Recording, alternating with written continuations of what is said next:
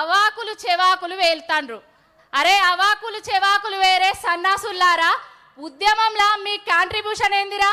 మీ rifle red ఏమన్నా ఢిల్లీకి పోయి రైఫిల్ ఎక్కువ పెడితే తెలంగాణ వచ్చింది అనుకుంటారా? లేకపోతే గాంధీ భవన్లా మీరు నిరాహార దీక్షలు చేస్తే మీరు జస్తే గిట్లా తెలంగాణ ఇచ్చింది అనుకుంటారా? తెలంగాణ తెచ్చింది బాపు కేసీఆర్, తెలంగాణ ఇచ్చేటట్టు చేసింది బాపు కేసీఆర్.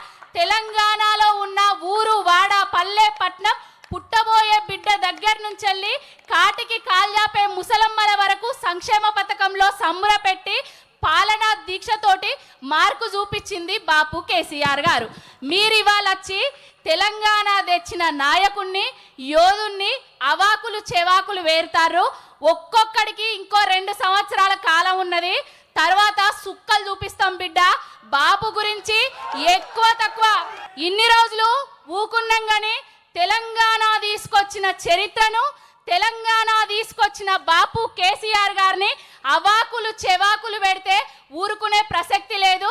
రేపు చరిత్ర పుటలల్లా నిలిచిపోయే సువర్ణాక్షరాలతోటి ఉండబోయే పేరు బాపు కేసీఆర్ గారు.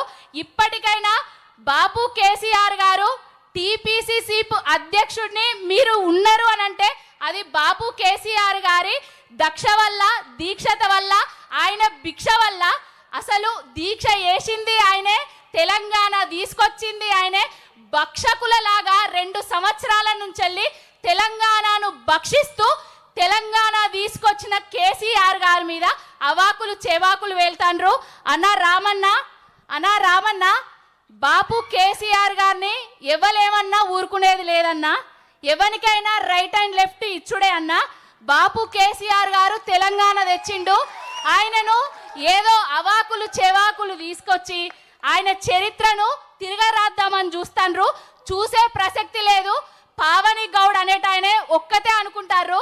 పావని గౌడ్ని ప్రతి ఒక్క 1000 మంది ఫాలో అవుతారు.